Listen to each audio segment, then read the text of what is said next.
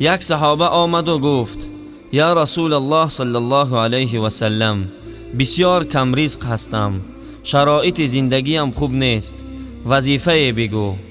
نگاه کنید برادران عزیز، امروز چقدر مردم به همین مصیبت مبتلا هستند و چقدر نزد ملاها رفته وظیفه های دراز میگیرند به خاطر کشایش کار.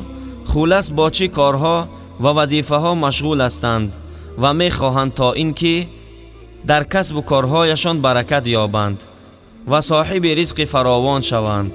اما رسول اکرم صلی الله علیه و سلم در این مورد به خاطر زیاد شدن رزق چی میگویند؟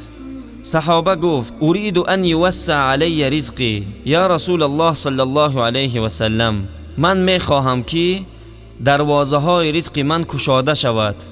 رسول اکرم صلی الله علیه و سلم گفتند ادم علی الطهاره یوسع علیک رزقک، تو همیشه با طهارت باش، الله رزق تو را فراوان میکند. یعنی همیشه با وضو باش، الله مهربان دروازه های رزق تو را باز میکند.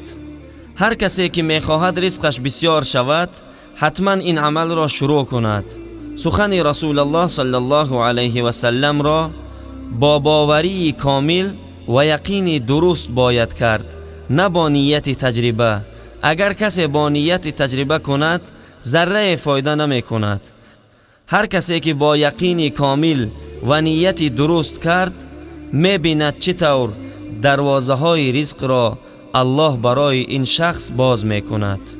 الله مهربان همه ما و شما را با این گفته ها و شنیده ها عمل کردن را نصیب فرماید. و السلام علیکم و رحمت الله و برکاته.